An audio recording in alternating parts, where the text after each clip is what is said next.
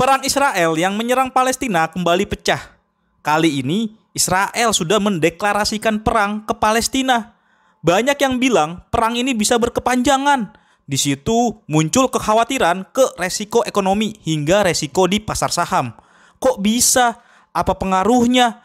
Oke, aku akan jelasin logikanya di sini. Sebelum itu, jangan lupa ajak kerabat, pacar, istri, mantan, keluarga, sampai musuh buat subscribe channel YouTube Mikir Duit ya. Oke, sebelum membahas efek perang terhadap ekonomi dan pasar saham, aku akan cerita tentang mie instan. Coba tebak, apa saja komposisi dari pembuatan mie instan? Ada tepung terigu, minyak sayur, garam, gula, dan lainnya. Dari sini, produsen tepung terigu harus impor bahan baku gandum dari Australia, Kanada, Brazil, Argentina, dan Ukraina. Untuk minyak sayur masih bisa disuplai dari Indonesia sendiri. Untuk garam, Indonesia masih ada porsi impor dari Australia dan India. Lalu gula, Indonesia juga masih impor dari Thailand, India, Brazil, dan Australia. Artinya, dalam membuat satu mie instan ini, bahan bakunya bisa berasal dari benua Amerika, Asia, hingga Australia, di mana di sana butuh proses pengiriman dengan kapal. Lalu, produk minyak sayur juga harus dikirim dengan truk untuk sampai ke pabriknya mie instan, di mana dalam proses distribusi itu dibutuhkan yang namanya bahan bakar, seperti minyak, yang mayoritas diproduksi oleh OPEC yang terdiri dari negara Timur Tengah serta Rusia.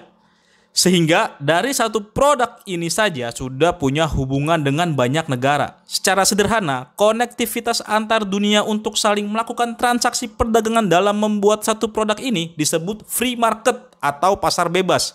Walaupun dalam prakteknya di beberapa produk ada intervensi pemerintah yang membuat ya nggak free-free amat.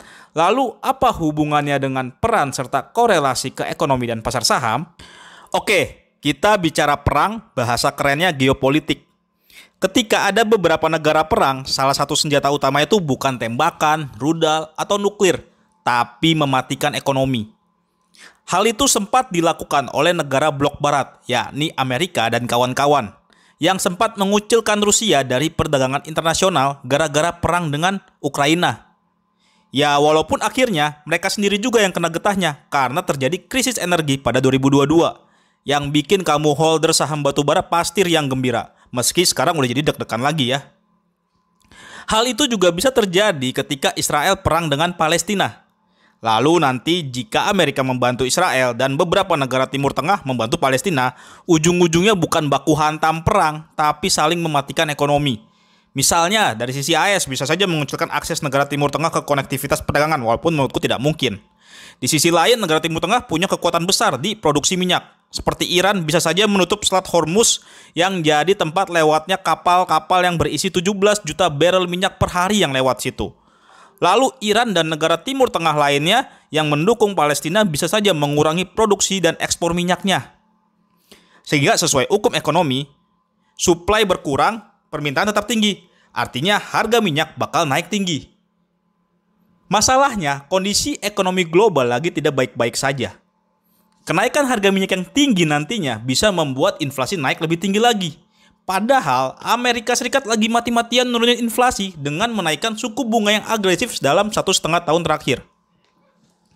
Jika itu terjadi, Amerika Serikat bisa jadi terpaksa terus menaikkan suku bunga untuk menjaga laju inflasinya.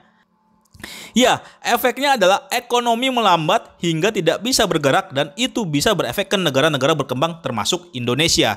Kenapa? Karena ketika Bank Sentral Amerika Serikat Federal Reserve lanjut menaikkan suku bunga lebih tinggi lagi, Bank Indonesia juga mau nggak mau harus menaikkan tingkat suku bunganya.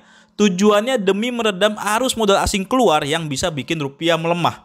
Kalau rupiah melemah bisa berefek kepada inflasi juga soalnya.